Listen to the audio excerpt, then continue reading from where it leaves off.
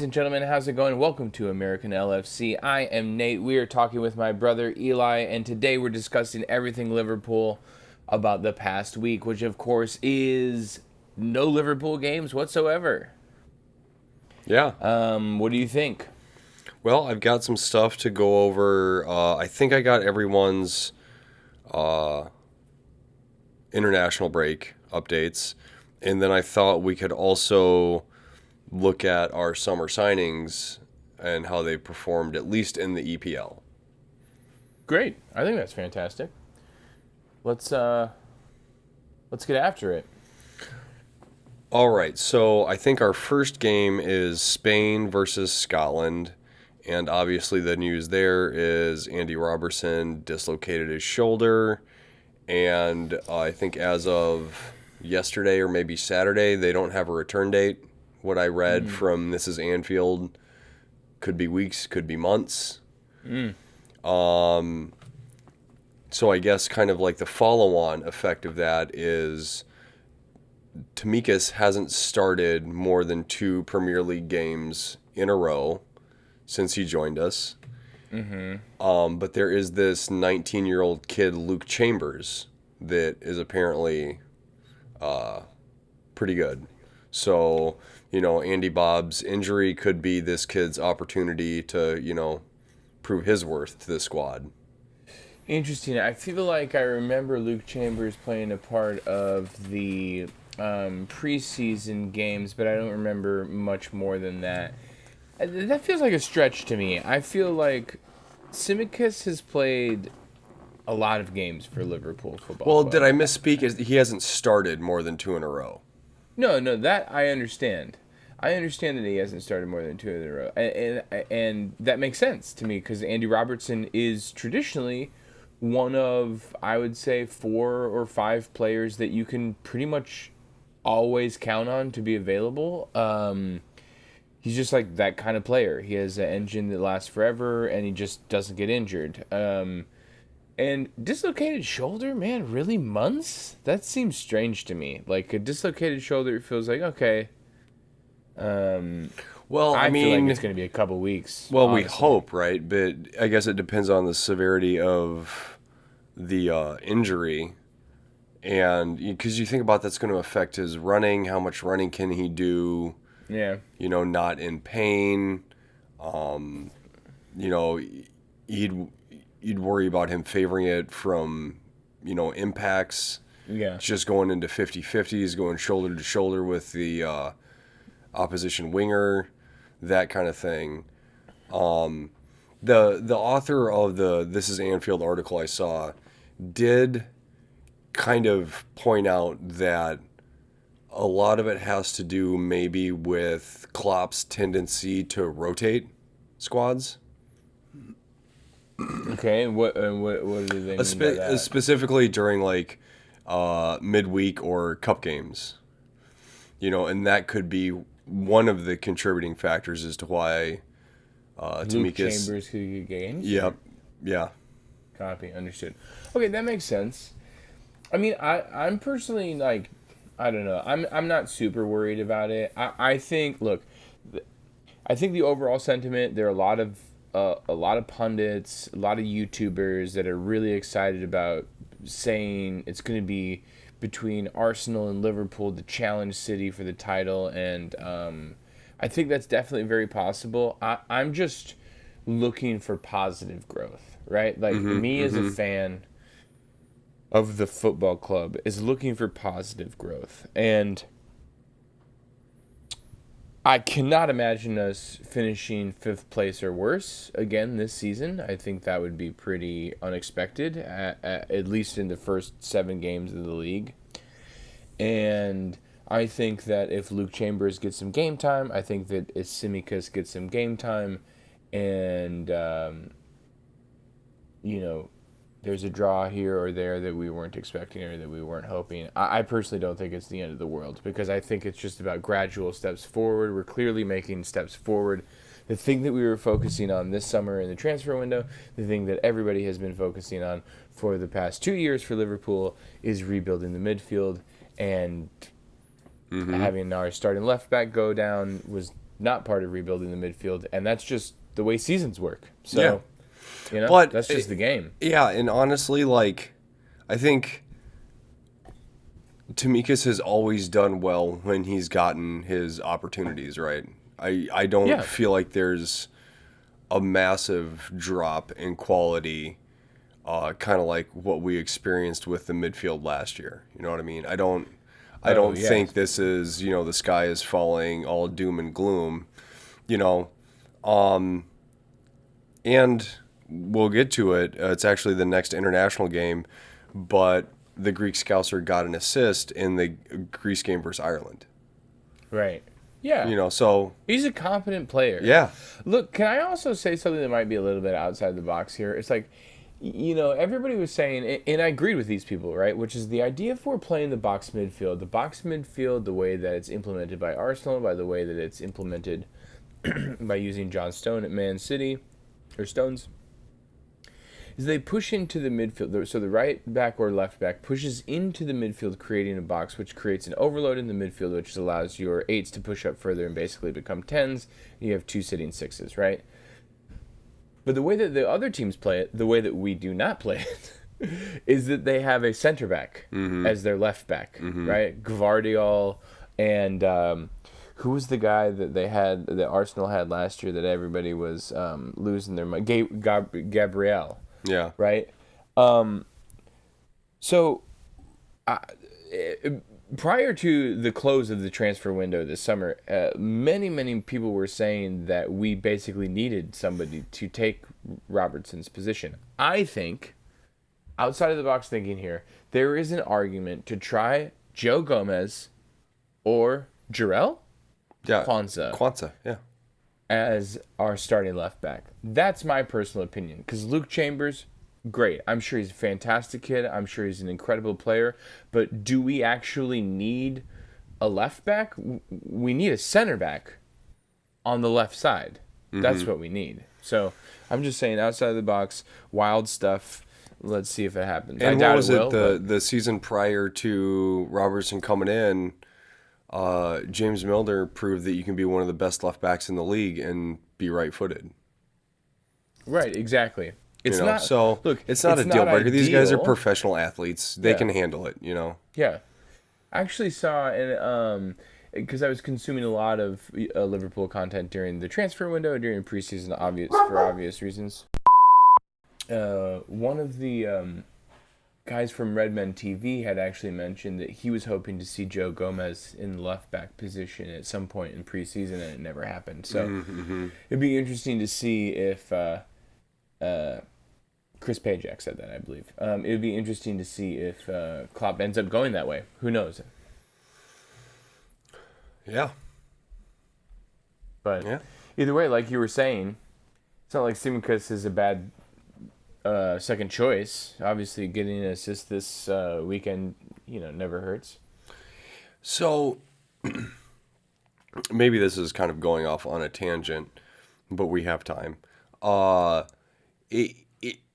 Is the box midfield really the way to go right now without a strong, dedicated 6?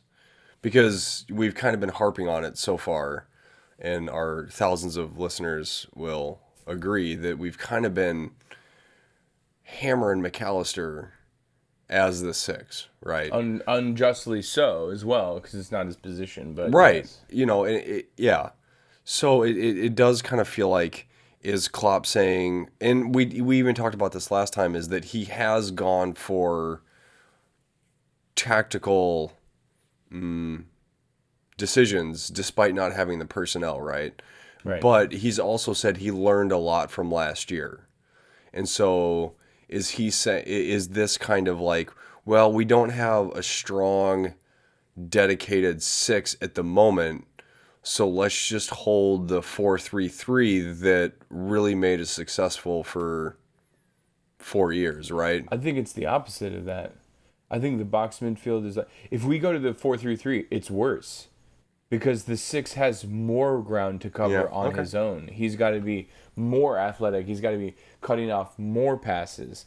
the box midfield at least gives him defensive support with the idea of Trent Alexander-Arnold being right there, and an outlet ball for somebody who isn't used to playing with receiving the ball with their back to the midfield that they need to Right. go. Right, they Right. receive it from the center backs. They need to turn around to try and distribute the ball.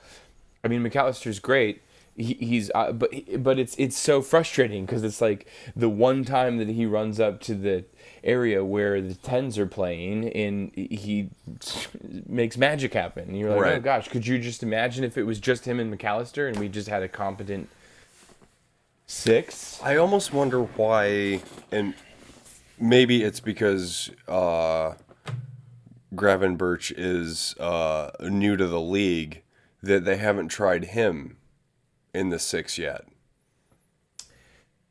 Yeah, it's interesting because I mean, he's also it's so interesting because even when we were like looking at Gravenberch, everybody was like, but he's also not a six, Yeah.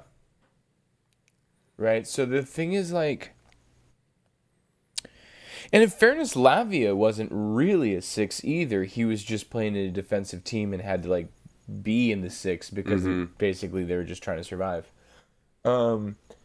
It seems clear that they are interested in developing eights into tens, or the idea is that they're going to create a very progressive six, right? Like we're being linked to Andre from the Brazilian league, right? And the thing that I've heard about and read about him is that he's sort of a younger, more physical version of Thiago Alcantara, which is like,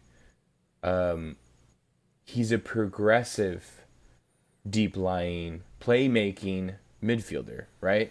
What he's not is a destroyer, right? Right. We're not getting N'Golo Kante from 6 to 8 years ago. Right. You know what I mean? Which is kind of what it feels like we need, but Well, it's interesting you mentioned that because now that kind of segues us into the third international game that we had players involved in, and that is Netherlands v France, right? And I only mention that because I think Konate. Okay, so still working through some technical issues and some beginner speed bumps, but I think Hey. what I was saying was in the Netherlands France game is that Konate had like 5 interceptions, and I think VVD had 2 or 3, right? So I feel like those two, and specifically Konate with his pace, right, has the ability and the tactical awareness to like step into and cut off those passing lanes, right? So I think maybe there's like a silver lining in that, that maybe Klopp's looking at that and say, okay, right, Konate can be this center back that steps up if they break through the press of the double six, if we're in the box, and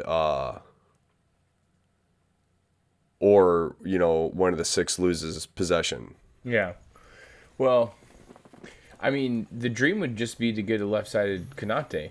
So we have a Konate VVD and left-sided Konate. That would be the Yeah, right. hope. I think that's going to be something that they probably want to address next summer. It's interesting because like you look at Mickey van der Ven, who we were linked with in the middle of the summer, who ended up going to Spurs for £45 million. He started all of their games. They are subject to cheating decisions, but are higher than us in the table right now. He's a very confident player. I think he scored a goal in their whatever the cup was that we were playing just before. What was it? A League Cup game where we played Leicester City. Yeah. Yeah, so I think he scored a goal in their version of that game. You know what I mean? So It's interesting. It's a shame. Really fast kid. Look, we had like a breakaway against them, and like it was Salah and him in a dead sprint, and he outpaced Salah. So it's like, kid's fast. Yeah. Just sort of a shame to see it. You know what I mean? We got Lucho Diaz. They got Mickey Van der Ven or whatever. Yeah. So, two other things from the Netherlands-France game is Kanate's pass completion was 96%, which is pretty darn good. VVD's was 85, so solid B. Yeah. And then maybe the talking point is that Gravenberch still is being ostracized by Komen and the Dutch Association. Whatever. So he's staying at Liverpool. He's resting. He's getting his time in on the pitch. He's getting more FaceTime with Klopp in the club, and I don't see that as being a bad thing. Koeman can stay on his high horse and be angry about it or whatever, but none of it will matter when Ryan Gravenberch is an incredible world-class midfielder. It simply doesn't matter. Nobody in their right mind would be like for example, who's an incredible midfielder right now? Who's like the best midfield talent in the Premier League, right? Or Jude Bellingham, right? For example, Jude Bellingham. So Jude Bellingham goes to Real Madrid. Jude Bellingham is off, hits the ground running, is an incredible player. Nobody in their right mind, if Jude Bellingham said to England, the next international break, I'm going to stay at Real Madrid. I'm going to focus on that stuff, right? I mean, Gareth Southgate could be he could try and be a big dog about it, but it would never work. Right. Like the thing is that it's just like there is a ratio, or there is like a seesaw teetering here. Or the balance is the scales of justice or whatever, which is going to be his talent over your pride. That's what it's going to be. At some point, it's going to be like, dang, Ryan Gravenberch is so good. He has to be on this team. I can't continue to stay in this dumb stance. Yep. That's all. Yeah. Yeah. And whatever. I mean, what's he winning anyway? Komen? Yeah. Probably not much. Right.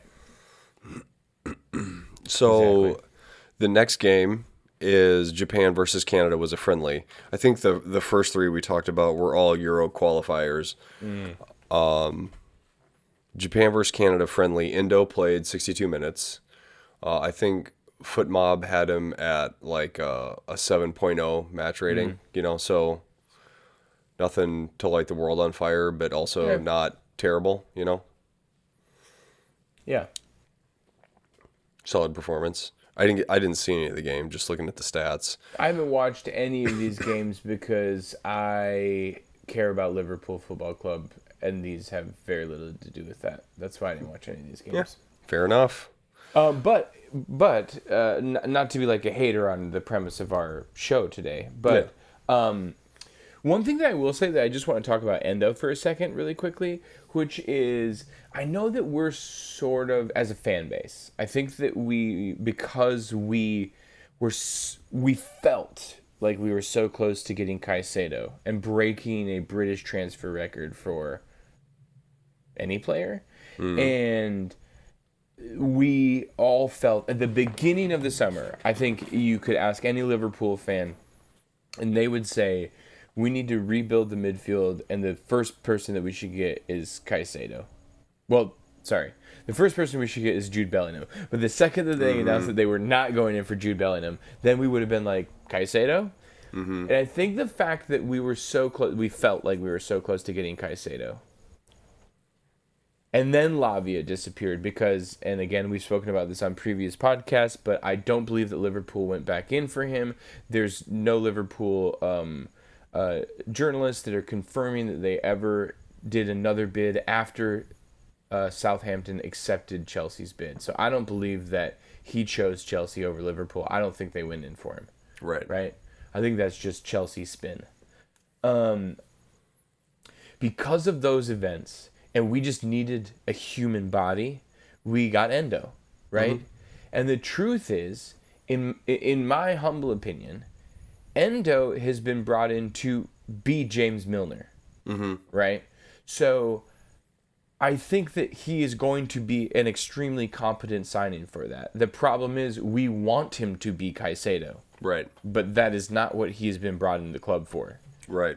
He's been brought into the club for many reasons, some of which will be for leadership reasons, some of which will be for work ethic, some of which will just be for just hard graft and grinding out things, and probably also being a type of player similar to James Milner, who's like, oh, you need a left back? Great, put in Endo. Oh, you need a six? Put in Endo. Oh, he also played the first half of his professional career as a center back? Great, put in Endo. Right. Like, that's the thing that he's going to be doing. League Cup games, Europa League games. Right. Like that's just the deal. So, yeah, solid performance, 7 out of 10 for Japan, but like that's the marker that he should be on, right? Right.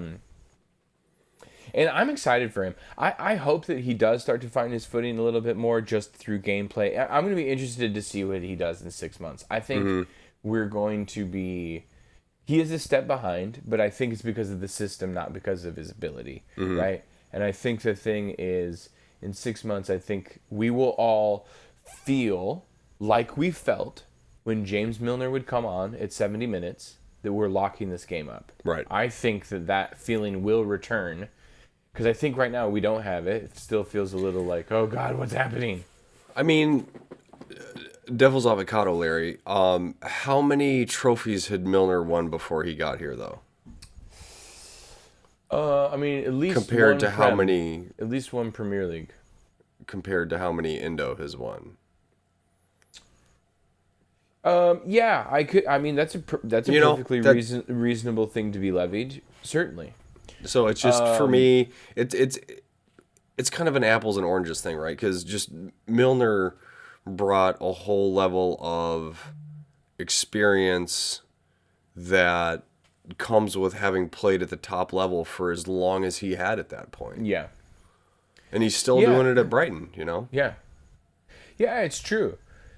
You're not Bromwich. wrong. I think. Sorry. What's that?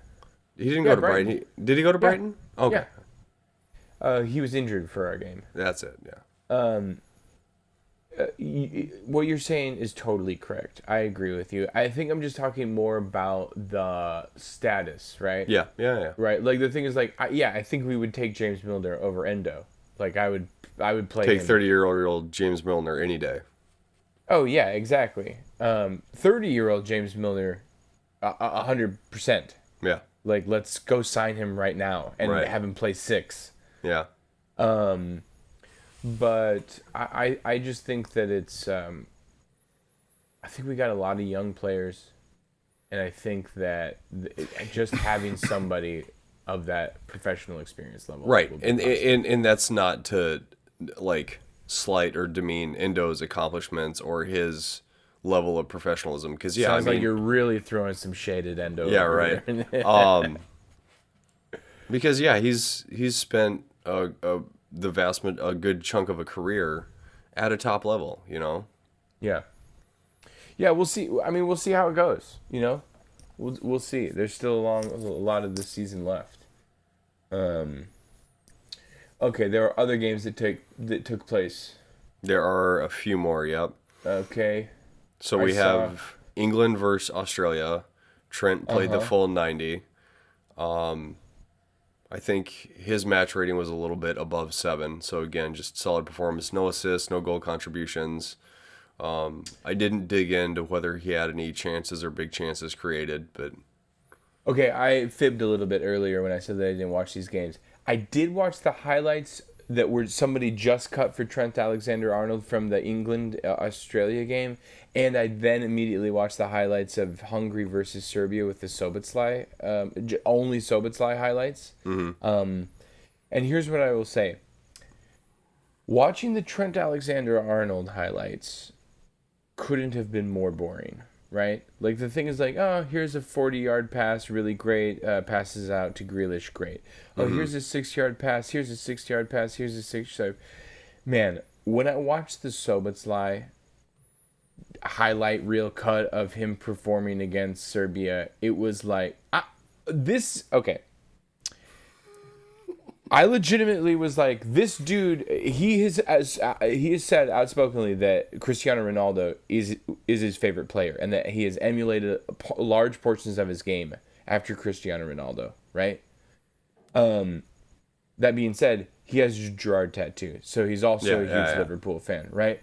But the thing is, like, to me, that doesn't matter because I would be like, oh, if we could go back and we could decide Cristiano Ronaldo, would we have said no? No, that would be crazy. He's an incredible talent. Like, he was an unbelievable player. You would take him on your team anytime before he signed for Man United. So the thing is, I was watching it. I was like, this dude looks like prime Cristiano Ronaldo on the field. When he plays for Hungary, he plays with a confidence and a swagger that he doesn't play with us yet. And I hope that in the near future he finds it with us. And I don't know if it's system based or if it's just a level of comfort in being back home and playing with all of his buddies or whatever. But I hope that he becomes buddies with everybody at Liverpool soon, because watching him, it's like he's already easily one of the best players on our team, and having been here for 2.5 months, he's even better when he's on Hungary. Like, watching him, I was like, this kid is incredible. Yeah. He's incredible. Did you see the reel of him and Trent during, like, the team photos, their little budding bromance? Oh. Were they smooching each other or what? Well, Soboslai was, like, flicking Trent's ear and just messing with him, and they were just goofing around. So great. It was pretty adorable. Well, it's good that that he's bedding in really well and he's finding this level of comfort, because I genuinely think he's not even at the top of his game yet at Liverpool. Yeah. I do think that he's got a whole other gear. Well, and I mean, there's probably a different weight to those two shirts. You know what I mean? Yeah. That again, not to slight Hungary or the Hungarian national team, but I'm sure, especially putting on the number 8 for Liverpool, carries a little bit different weight than. But maybe not. I don't know. I don't know. I've never played for Liverpool, and I've never played for my national team. So I mean, he's the captain of Hungary too. I understand there are different level of stakes to it. I think the thing is, like, it might just be a level of comfort, right? He's clearly been playing for the national team for a long time, right? Like, probably since he was a teenager, because he's like, what, 23, 22, 23? He's the captain. 22, right? Yeah. So he's been playing for them for a long time. I hope that that's the case, that it's a level of comfort, because if we can get the Hungarian version of Szoboszlai at Liverpool, yeah. I mean, he's doing. It's just wild, dude. I recommend you watch this after we do it, because it's very impressive. So anyway, more Netherlands games. Yeah. So they played Greece as well. Greece played Netherlands. I actually think today, the day of recording, but VVD scored in 90+3 for Netherlands to win the game. Hey, there we go. Yeah. And interestingly enough, according to FootMob, Tamika's played as a left winger. Okay. Sure. Hey, whatever. Yeah. He's getting minutes. I mean, that's important. And if it's more repetitions of putting the ball in the box, then hey, that's just fine. Yeah. And then Jota only played 24 minutes against he came in what would that be, the 66th minute or whatever? Okay. I don't know. Math is not my strong suit, so yeah. Huh, interesting. Okay. But that surprises me. No stats to indicate anything, worth mentioning. And then I think our last player was Mo, played a full 90 minutes for Egypt against Algeria, but no goal involvements there. Okay. Well, man, it's just a shame about the dislocated shoulder, because you just always want to hear that everybody's safe and that they're not hurt. But, so it goes. Should we move on? I think so. So into kind of like our next little segment here. Why don't we skip Endo? We'll go straight to McAllister. But sorry to cut you off. You can tee You it sure? up for us. What You is know the what? section? So let's look at our summer signings. Just kind of looking at goal contributions, matches played, and total minutes. I think by the next international break, I would like to redo this and then compare it to some of our other past midfielders for their like first 200 minutes and just kind of like say, hey, you know, Right. Yeah, that sounds like a this good this is idea. how they're betting in. So I just Yeah. haven't had time. Yeah, that's Our okay. I mean, We'll see I how it haven't goes. Our either. soccer season may end tomorrow, or No, we come could on. keep going. Hopefully, we keep going Yeah. Fingers crossed. We'll let you know next week, obviously, what the result is. what the my high school team is doing. So we did get to play on the new turf field today, so that was Hey, nice. there you go. Okay, great. Nice. $9 million sports complex up there behind the high school. That's awesome, dude. Yeah, it's That's super really awesome. nice. I was telling the guys, I was like, you guys actually got to hit your ground passes and put some speed on them now because they're actually going to go where you want them to. It's Right. going to go straight. Yeah. Which is Okay. great.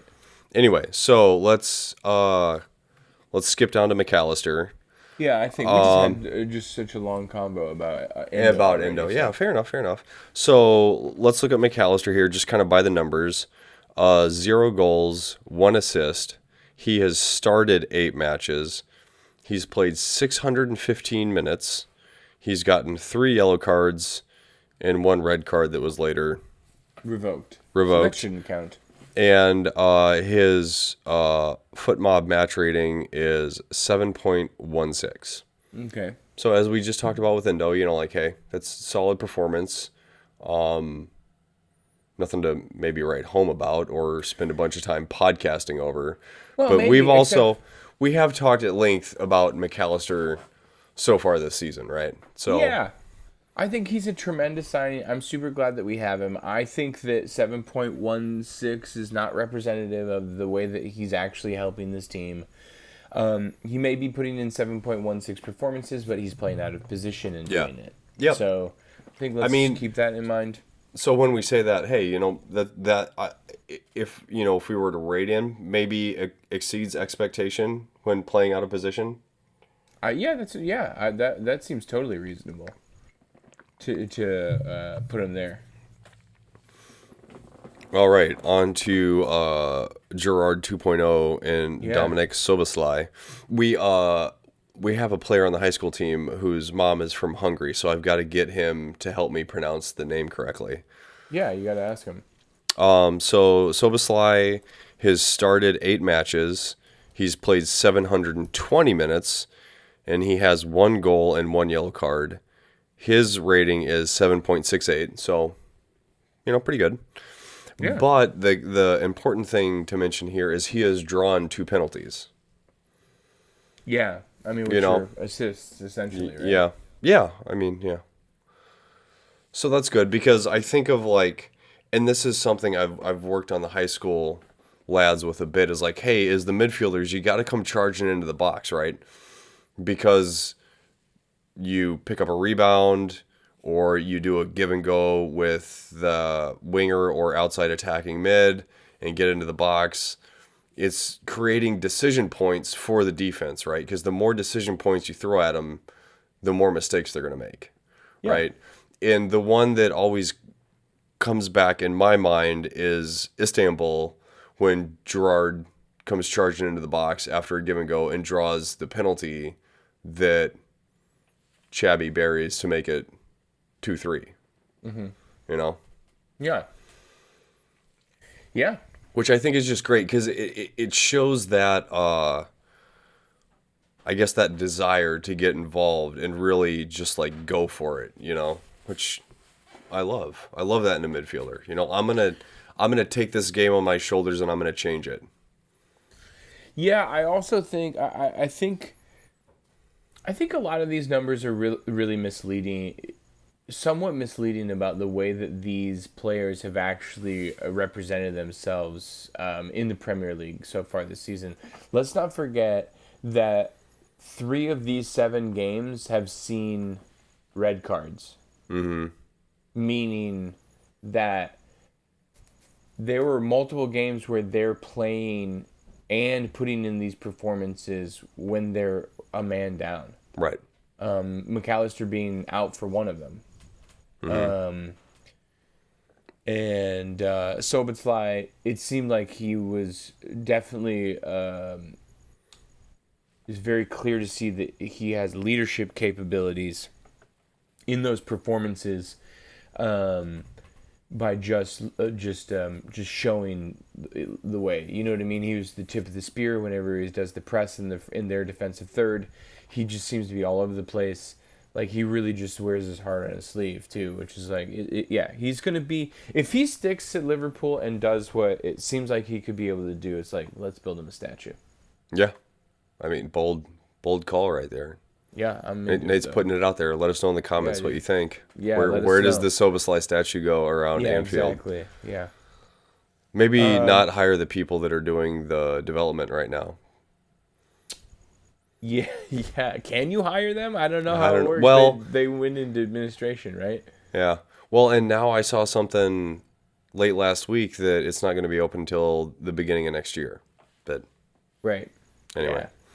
Yeah. Moving on. Gravenberch. Honestly, I think with this one there may have been a calculation error, but maybe not. It says he's only got 69 minutes in the Premier League. That may be true. Because it seems like his best performances have actually come in cup games, right? Well, that's definitely where he's getting a lot more minutes. He scored a goal in the cup game. Yep. It'd be interesting. Yeah, sorry, go ahead. Interesting. He became the first Liverpool player to have an assist in his first 2 starts since one Jordan Ibe. Wow, Jordan Ibe. Yeah. There's a name we haven't heard in a while. Yeah. Ibe. Wherever he went. He went to Bournemouth for like a second, right? A hot minute. Yeah. We got a ton of money for him. I don't even know if he's still playing. I'm sure he is somewhere. Ryan Gravenberch. He is a very. I'm glad that we got him. After all that, I'm glad that we got him. It's going to be interesting to see how he develops. I'm glad that Klopp got him. Let's say that. Klopp clearly rates him very highly. He really wanted him. What was it? Apparently, there was a list of 3 midfielders that he wrote down two summers ago that he wanted, or 3 summers ago he wanted. And that list of midfielders consisted of Jude Bellingham, who we've probably heard of before, Ariel Tchouameni, who we've also heard of before, and Ryan Gravenberch. So we got 1 out of 3 isn't the worst number that could be out of that fraction. So I'm excited for Klopp. Right, yeah, we'll see how it turns out. He seems like a competent player. You know, he's gonna need some runway to like get his footing, and figure it out. But I'm excited about him. I will be more excited when we get a 6. But he's already like played more this season than he did with Bayern last season, right? So I'm sure there's just kind of like, you know, knocking the dust off the old boots when you've had that much time without consistent match fitness and game sharpness, right? I mean, the fact that he sat for so long, I mean, he was training, obviously, but like training in actual match games, that's different, right? Yeah. So the fact that he has done as well as he has right off the bat, I think speaks to his desire to want to be here and his ability, right? Yeah. Yeah, I mean he's clearly a very good player. Yeah. Hopefully long may it continue. And Endo, we got Endo. Yeah, we got Endo. He's a midfielder as well. We got 4 midfielders this summer. Yeah. I can't even remember the last time we could say we got 4 in any position or even a midfielder. But we don't have to. Not, We don't have to. Kato was the last midfielder that we would have. No. I lied. Thiago. Alcantara. Whoever that is. Yeah. Where's he at? Is he injured? What's his Yeah. deal? Oh yeah. He's still injured? I saw he had a setback, that something happened with his recovery that put him behind schedule again. So It would be. It's such a shame because it would be nice to have him. You know what I mean? Like as a player to be like, yeah, oh, I mean, dude's won everything. So yeah, yeah. And I miss watching him play. He's incredible. yeah. Okay. Well. So before we wrap it up, let's do this. If you were to rate our transfer window, on a typical American grade scale, what would you? 10. I was gonna say A, B, C, D, F. Okay. What would you give it? At this point, eight games into the Premier League season, so still pretty early.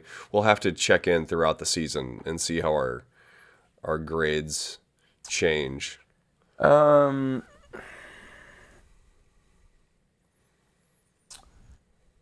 think a B. Just a solid B, huh? Yeah, maybe a B minus. Really? Okay. Yeah, let me explain it, right? Because the thing is, like, part of it is you can't do it in a vacuum. There has to be context to what we've done this summer, right? Which is like we've got a lot of egg on our face because we took a big shot. I'm glad that we tried the Caicedo deal, right? Because there are a lot of other teams that didn't even try, right? I really don't think we have that much egg on our face because based on what we've heard, we had a verbal agreement from the player. No, yeah. And his agent sabotaged us. No, yeah, I know, but it's a still very public and embarrassing thing that could have been taken care of back. You know what I mean? It just makes us look stupid. I don't know. Yeah, well, I think you might have rose-colored, you might have Liverpool-tinted glasses on right now. I mean, of course our rivals are going to latch onto that and be like, oh, you guys, got bent over on that one. But I don't know. We had a verbal agreement, Right, but so what I'm saying is like, so we've got a B minus in my mind. It's like, okay, so let me ask you this question: what grade do you think we got?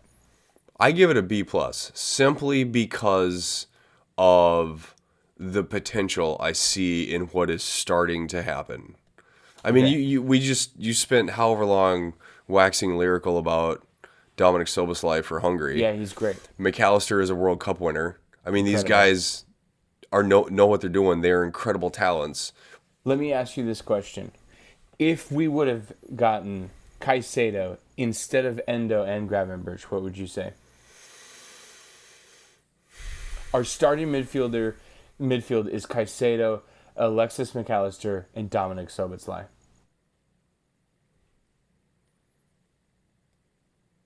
I don't know. That's tough, man. I mean, obviously you want to say, well, holy smokes, that's maybe the best midfield 3 in the Premier League. But honestly, I'm super happy with Gravenberch. And as we were just talking about, I think Endo is going to come good too. I think by the end of the season, we're going to be very, very glad we have Endo. I think so too, but he's a utility player. He's not a starter. You know what I mean? I think Gravenberch will become good. I'm just saying this, like, even Lavia, even if it was Lavia and Gravenberch, or if it was Endo and Lavia, I'd be curious because the thing is, like, he played a full season in the Premier League last year as a starter, so it's like he's already hitting the ground running. Right? Yeah, but he's he's out for months though with an injury. Well, now, But I mean, if we want to say that though, then it's like, where do we draw the line in the hypotheticals? Like, that as easily could have happened in training for us, and we'd be out that. And then also, like, Caicedo hasn't really had a great start at Chelsea. Nobody has. They're a mess. Like Yeah, that's not fair, because the thing is, like, if Caicedo joined our team, which has clear leadership, which is backed by the club, which CEOs are not walking into the dressing room yelling at players, who is actually buying players that the manager wants, and has a system and a structure set up. Like, look at all of the players that we have. All of the players that we got this summer have landed well, right? They're clearly taken care of off the field. Like, all of those things are like, it's very clear that Liverpool is focused on making it a family, a community, people feeling comfortable.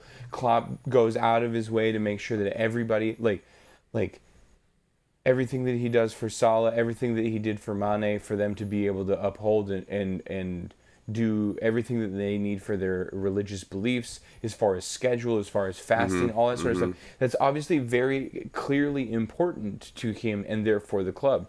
So I believe that if Caicedo was to have signed with us, he would have hit the ground running immediately with us because of the culture of the club. Chelsea is a toxic cesspool right now, right? It doesn't take a genius to see that. That clearly he got terrible advice from his agent, who got a bigger paycheck, and he will flounder, and maybe he'll become good, but maybe not. But it's a shame, because he was an incredible player, and let me also just say this is, like, I know that I'm like guffawing over Caicedo. He is not worth 115 million pounds. No. Not even close. Nope. So we did dodge a bullet in the fact that we got 4 midfielders instead of 3. But man, Which I think in the long run is going to be more important. yeah. I think you may be right. It's just one of those things. It's like, we'll never know. Yeah, we won't. But we'll never know. I would be very interested to hear what Caicedo is currently thinking in private. I want to know what Lavia is thinking. What I is know. this dude thinking? He's like Poor guy. he's on the under 21s bench with a broken ankle. You know what I mean? Yeah. It's like, anyway, yeah, poor guy. Yeah, he got bad. They all got bad advice. Yeah. But them's the breaks. Yeah. Such is sport. Such a sport. All right. Well, this has been really lovely. Is there Yeah. anything we want to send off the international break with? I don't think so. Okay, sounds great. All right, guys, this has been American LFC. Thank you so much for listening. Please leave comments below if you agree with anything that we've said, or if you just want to teach Eli how to pronounce Soboslai the correct way. I don't know if I said it either. Let us know. Yeah, I think that's all for us. So we'll bid you adieu. We'll talk next week. All right. Thanks for tuning in.